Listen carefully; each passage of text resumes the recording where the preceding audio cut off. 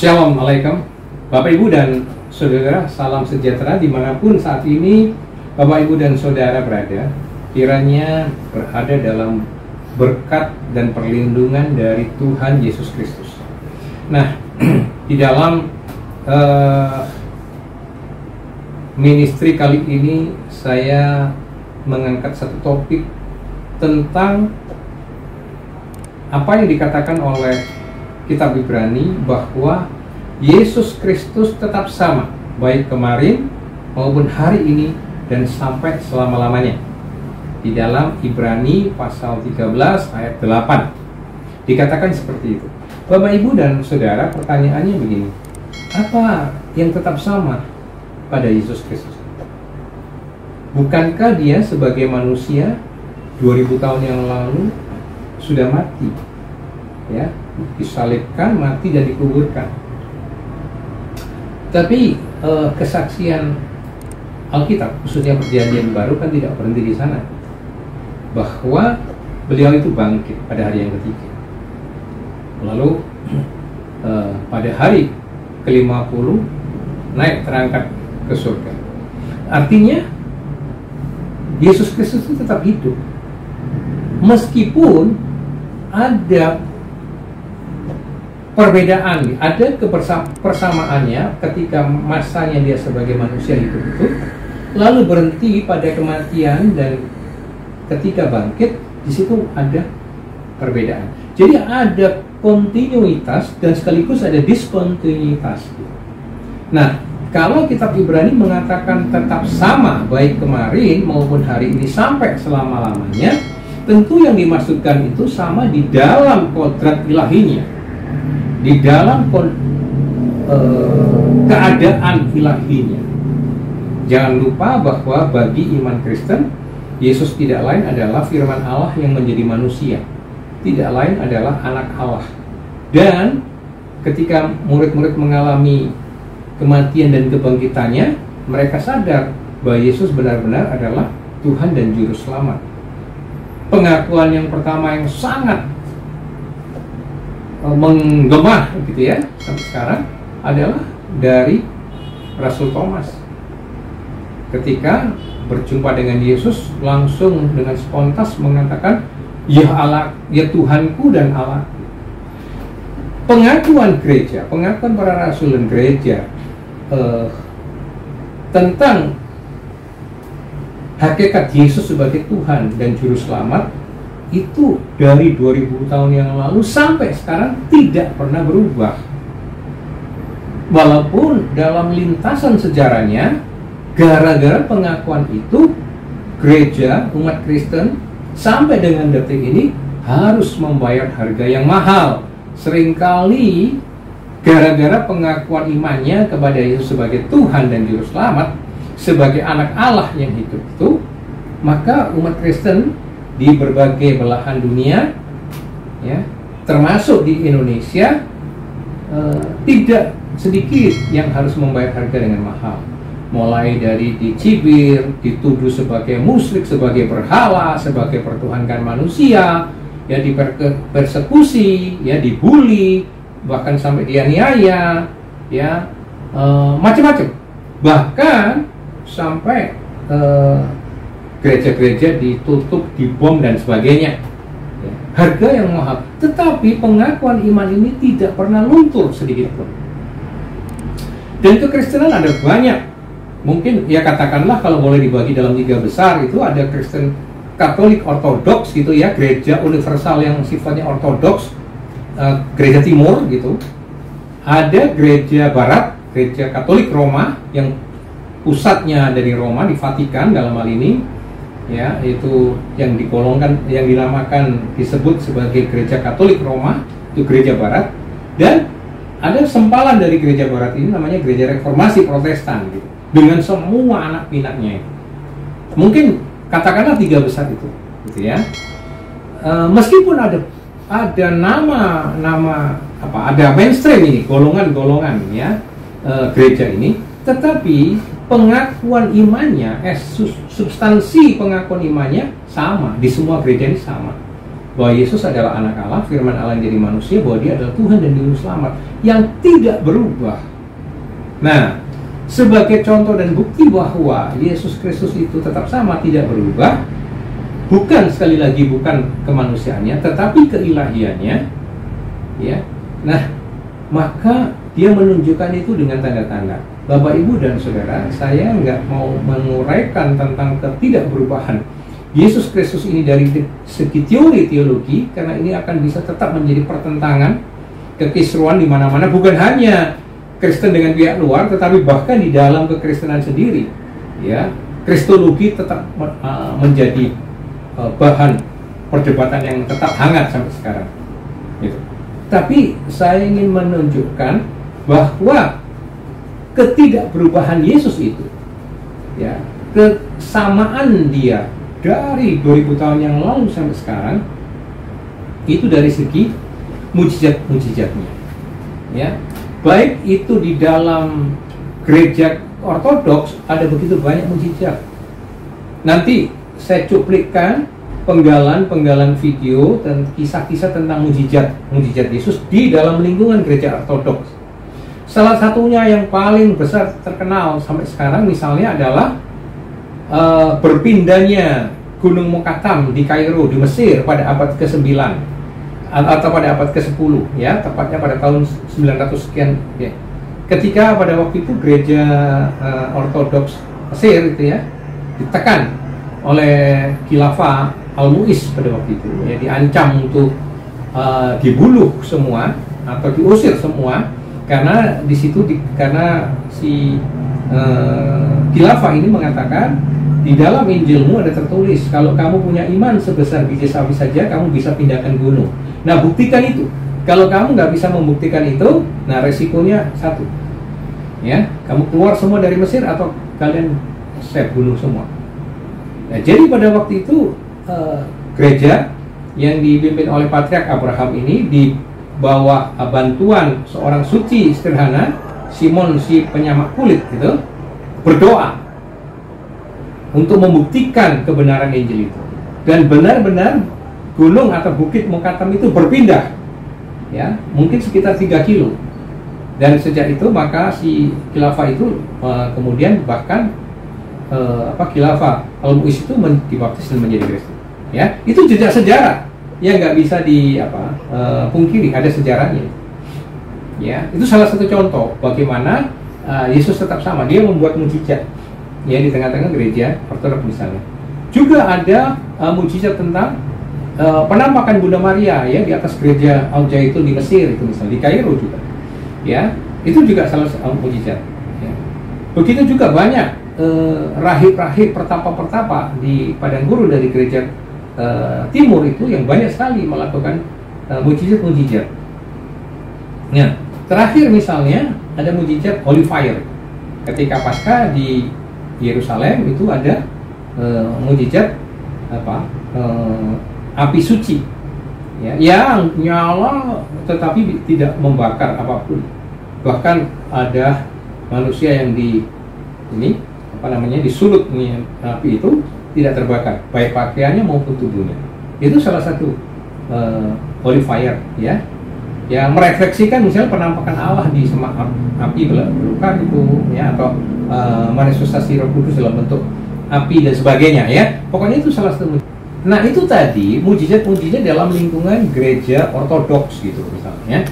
Lalu bagaimana, apakah Yesus membuktikan dirinya tetap sama dengan tanda-tanda heran dan mujizat di dalam gereja Katolik Roma? Banyak sekali mujizat yang terjadi dalam lingkungan gereja Katolik Roma itu, ya, baik mujizat-mujizat yang dilakukan oleh para imam misalnya, oleh romo-romonya, oleh para orang-orang kudusnya, rahib-rahib pertapa-pertapanya, biarawati, biarawan yang pertapa-pertapa.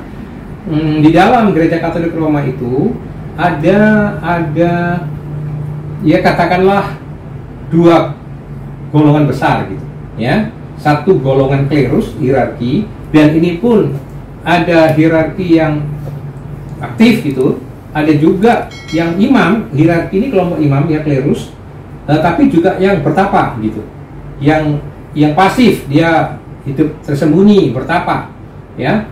Ada juga kelompok awam. Nah, kelompok awam ini mulai dari brother, ya, brother, ya, sister. Jadi sekarang kita familiar nih ya, di generasi ini panggil bro and sis gitu. Nah, brother and sister, brother dan sister, ya itu. Yang juga tergolong ada yang aktif, ada yang pertapa mereka, ya. Dan ada yang awam dalam arti tidak membiara, gitu. Ini semua kelompok awam itu. Jadi brother, sister, umat biasa itu masih golongannya awam. Hierarki itu hanya para imam itu dan uskupnya, ya. Nah, ada nggak mujizat? Banyak sekali di sana. Saya hanya mencatat yang begini aja, yang terbaru. Tidak mujizat yang terjadi di gereja Roma yang terbaru saja. Yaitu yang pertama yang dialami oleh Carlo Acutis, ya, Acutis atau Acutis ya. Nah, ini saya sebut Acutis, ya, Carlo Acutis itu anak muda remaja yang lahir pada tahun 91 ini, ya, tapi meninggal pada 2006. Awam, remaja, bukan imam, bukan brother, ini ya, salah awam. Tapi anak ini memiliki iman kepada Yesus, ya, dengan cara mendokumentasikan peristiwa mujizat Ekaristi itu. Ya, anak IT, anak milenial ini ya, anak remaja milenial, anak IT. Ya, kemudian kecintaannya kepada Yesus dia tuangkan di dalam bentuk mendokumentasikan mujizat Ekaristi.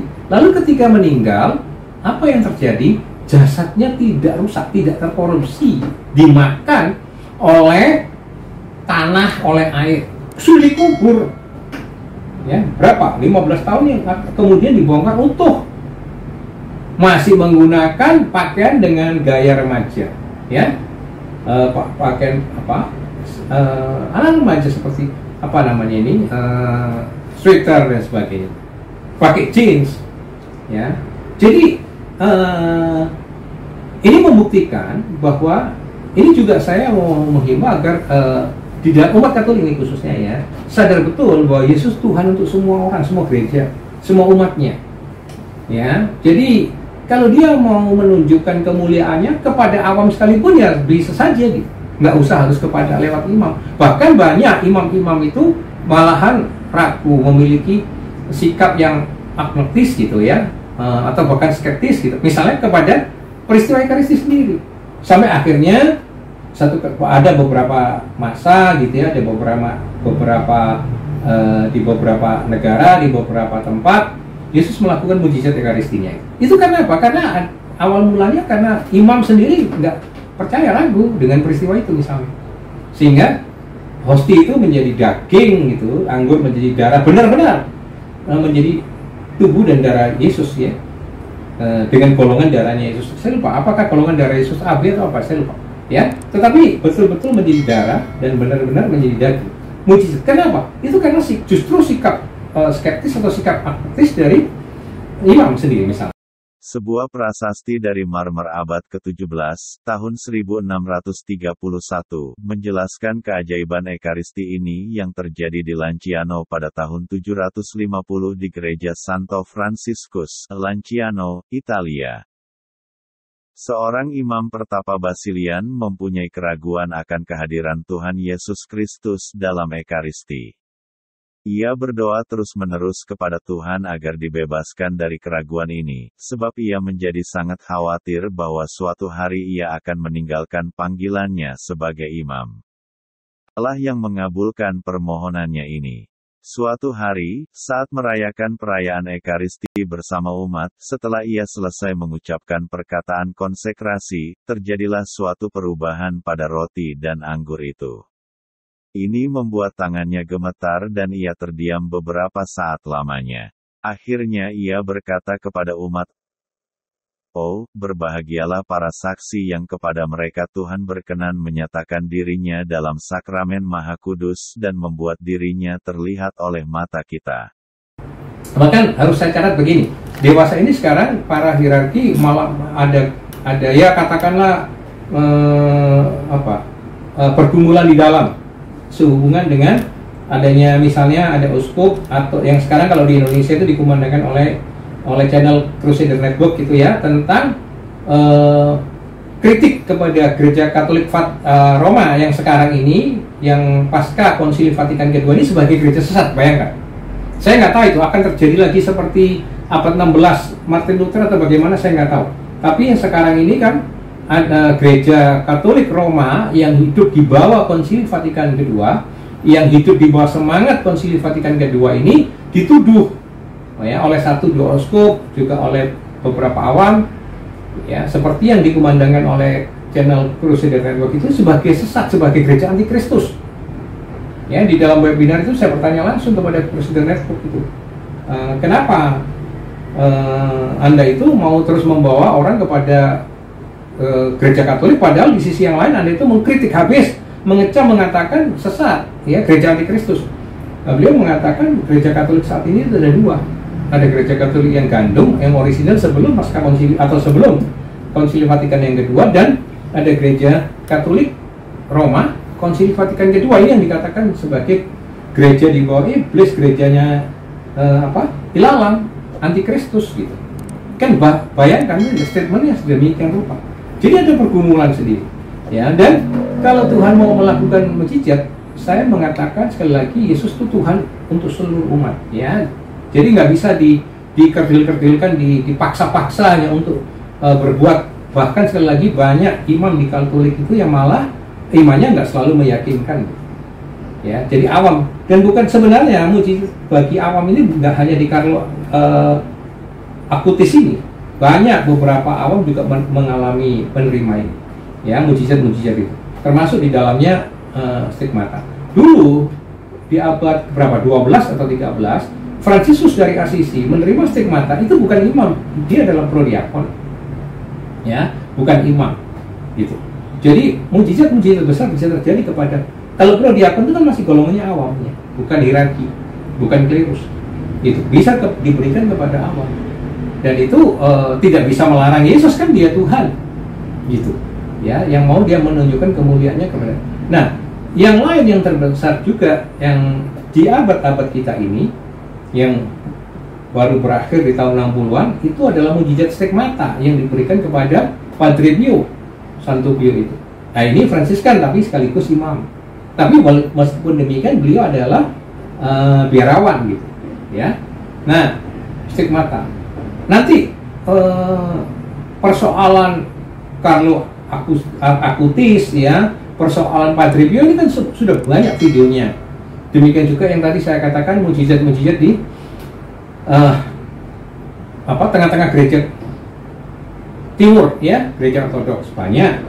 Lalu apakah ada juga mujizat-mujizat yang diberikan oleh Yesus sebagai tanda-tanda bahwa dia tetap sama dahulu dan sekarang? Ada di gereja Protestan, ada khususnya di gereja-gereja karismatik.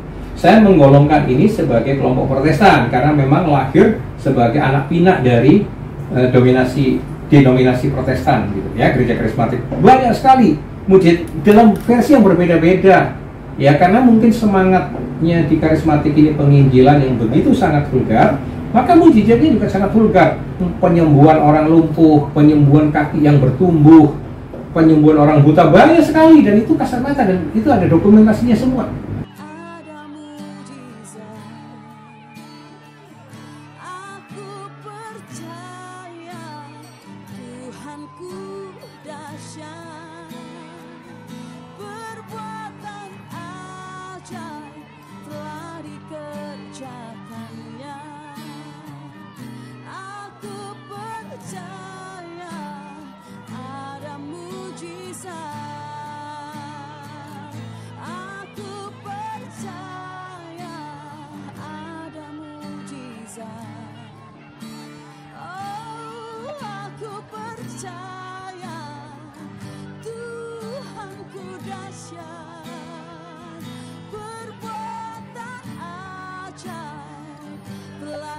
Kerjakannya, aku percaya padamu. Oh, si.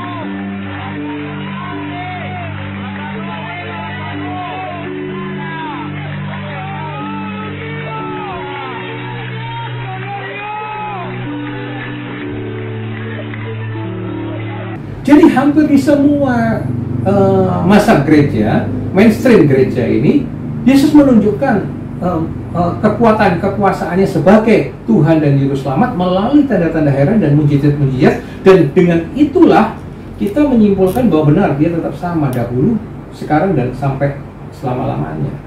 Dan saya akan mengakhiri renungan ini dengan satu lagu, ya,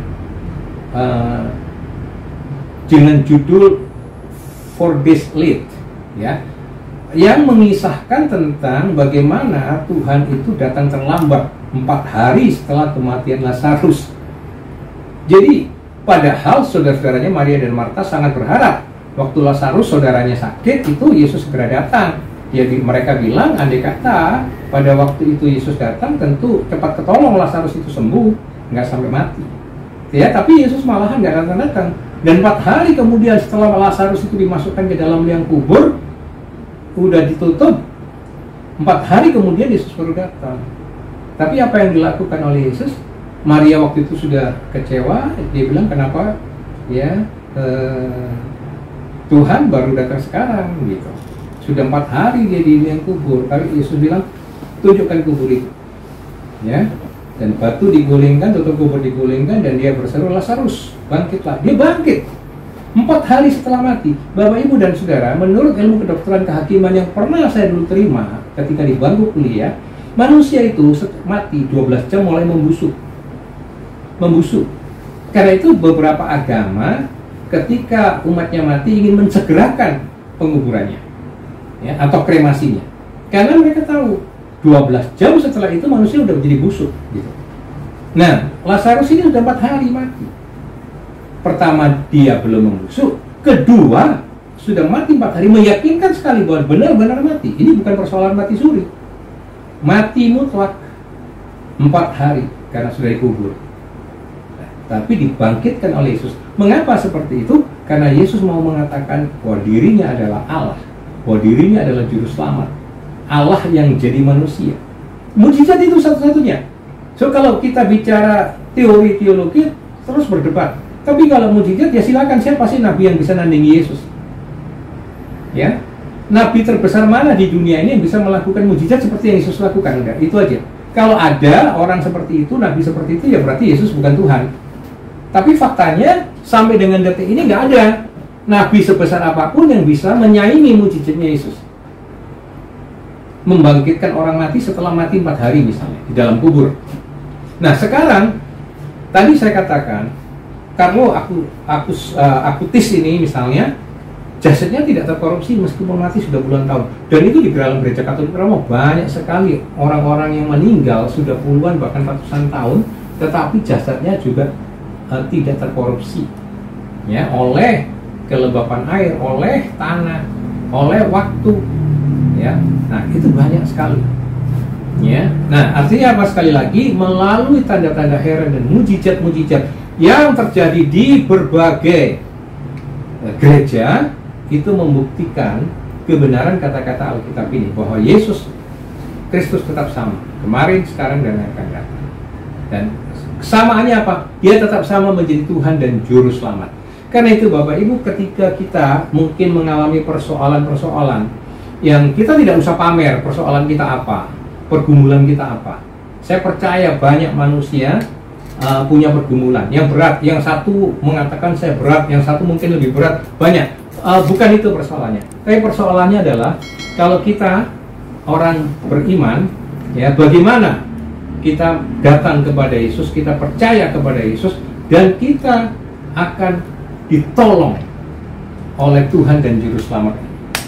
Ya. Bahkan kebaikan Tuhan ini bukan hanya sebenarnya untuk umat Kristen, tidak. Ingat, di dalam Injil itu ada satu peristiwa bahwa ada kelompok lain di luar murid, di luar kelompok murid-muridnya, yang menggunakan nama Yesus, yang memakai nama Yesus untuk mengusir setan, untuk menyembuhkan orang.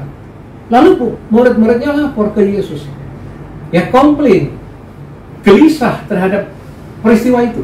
Jawab Yesus apa? Biarkan saja mereka yang tidak melawan kita itu di pihak kita. Betapa baiknya Tuhan Yesus itu.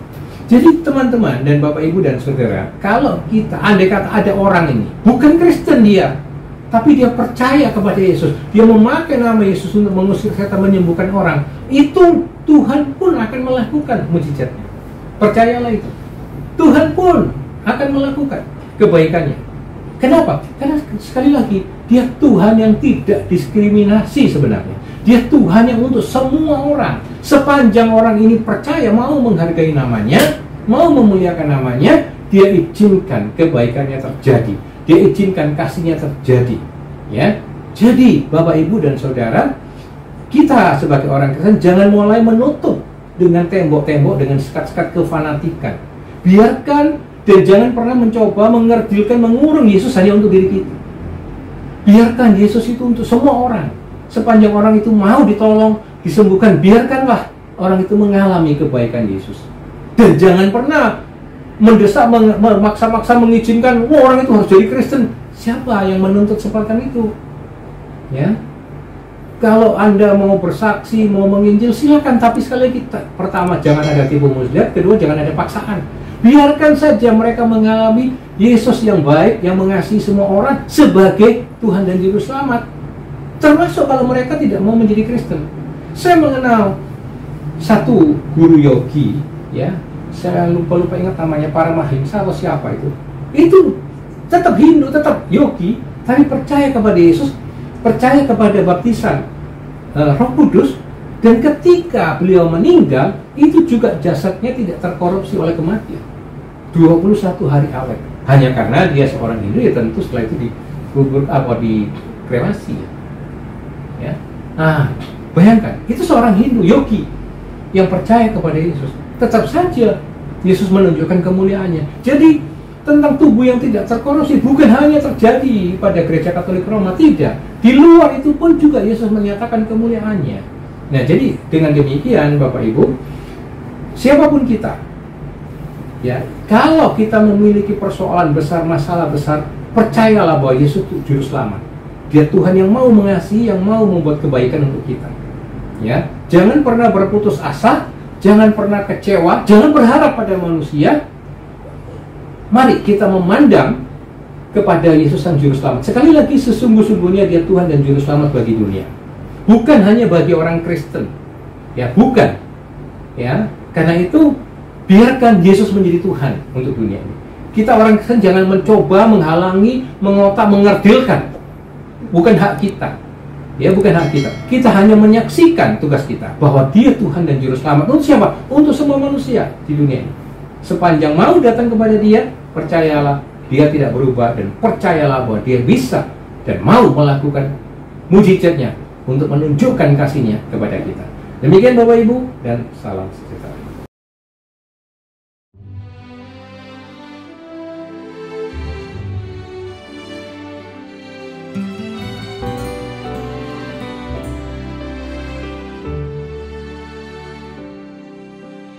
Tak terbatas kuasa-Mu, Tuhan.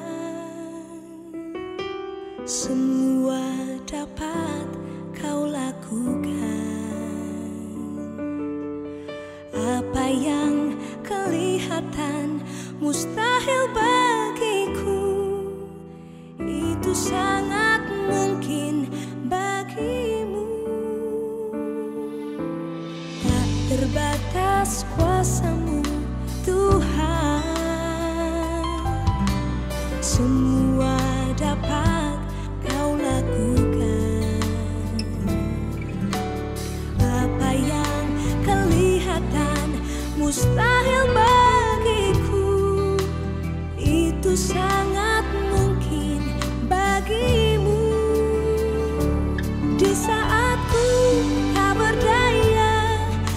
kuasa-Mu yang sempurna. Ketika ku percaya mujizat itu nyata, bukan karena kekuatan, namun Roh-Mu ya Tuhan. Ketika ku berdoa, mujizat itu nyata.